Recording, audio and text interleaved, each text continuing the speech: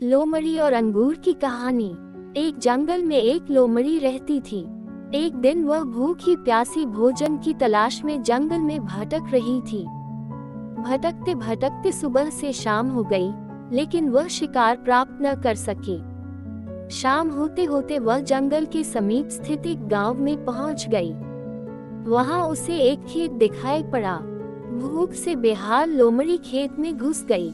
वहां एक ऊंचे पेड़ पर अंगूर की बेल लिपटी हुई थी, जिसमें रसीले अंगूर के गुच्छे लगे हुए थे। अंगूर देखते ही लोमड़ी फॉक्स के मुंह से लार टपकने लगी। वह उन रस भरे अंगूरों को खाकर तृप्त हो जाना चाहती थी।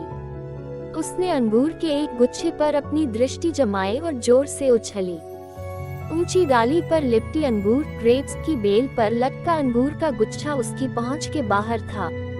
उसका प्रयास व्यर्थ रहा। उसने सोचा क्यों न एक प्रयास और किया जाए। इस बार वह थोड़ा और जोर लगाकर उछली, लेकिन इस बार भी अंगूर तक पहुंचने में नाकाम रही। कुछ देर तक वह उछल उछल कर अंगूर तक पहुंचने का प्रयास करती रही, लेकिन दिन भर की जंगल में भटकी थकी हुई भूखी प्यासी लोमड़ी आखिर कितना प्रयास करती। वह थककर पेड़ के नीचे बैठ गई और ललचाई नजरों से अंगूर को देखने लगी। वह समझ गई कि अंगूर तक पहुंचना उसने बस के बाहर है, इसलिए कुछ देर अंगूरों को ताकने के बाद वह उठी और वहां से जाने लगी। वह अंगूर खाने का विचार त्याग चुकी थी।